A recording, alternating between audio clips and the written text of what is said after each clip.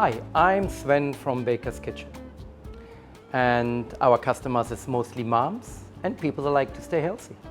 And the moms have a lot of questions. One of the big questions is why soft bread is not so healthy for us and our kids. Okay, let's check simple the ingredients first. I got here some copies what they give me, and they ask me, okay, wheat flour, sugar, salt, milk powder, and then you get the extra list ingredients of milk powder, butter, which is vegetable fat, vegetable oil, E322, E471, E330, vegetable shortening, palm oil, palm stearing, antioxidantien, E321, vegetable oil, E319, preservative, E282, bread improver, E472, E481, E920, E300, yeast, vanilla flavor, E1520, water, extra gluten. I have more of them, more and more. And I tell you, check please your labels, read the labels. Because when you know the ingredients, you will understand the side effects. The simplest in fact, what in another movie we will discuss, is the kids and even the adults don't chewing when they eat. They eat, nom, nom, nom, swallow down.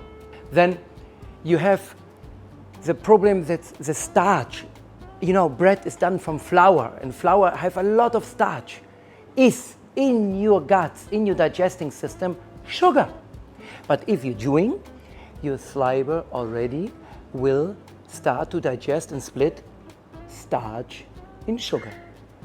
Then you have not only the gluten of the flour, but we do our best when we make fermentation to reduce it a lot. Even some scientists make tests where they reduce the gluten almost zero. But I can't give a guarantee for this, but we are very low. But this is not fermented, not really long fermented. And then on top of the nature gluten is coming a big package of extra gluten. Do you understand how dangerous it is? Then you have the fermentation process, which is not happened.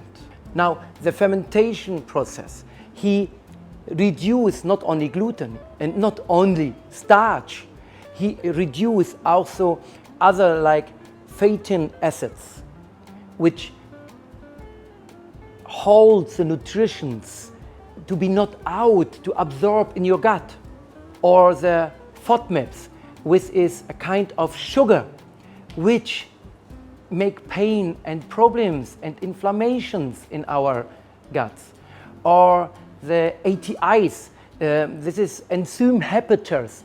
This is a kind of protein which the plants build to protect them from anyone who won't eat it, mostly animals. All this is reduced by fermentation, or sometimes even completely gone, and this make bread eatable. But here, not. Even you have breads where standing only flour, yeast, organic, sourdough. You know what means sourdough for a lot of bread producer?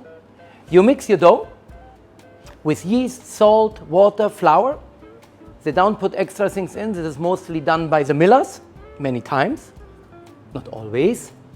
And then they put an alibi in, you know, an excuse. They put sourdough in, then they work the dough out, they form the bread, they improve the bread, they bake the bread. But this is not this what we need, the long fermentation to make bread digestible, healthy, superfood, a nutritional source for our kids and our families. Talk with your doctors. Talk with your nutritionists. I have a lot of nutritionists here. I have a lot of doctors here, friends who are many times hear and discuss with me things, and they send their customers to me. They will explain you how dangerous this can be for your kids. There will be hyperactivities. There will be digesting issues, allergies, so much more. And all this, a big part, not alone, is the food. And a big part of the food is our bread. Especially the bread what we like to give our kids, because our kids don't like whole grain and seeds and all this.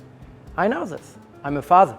But soft bread, cut soft bread, not fermented soft wheat bread, is so a big no-go for you and your kids.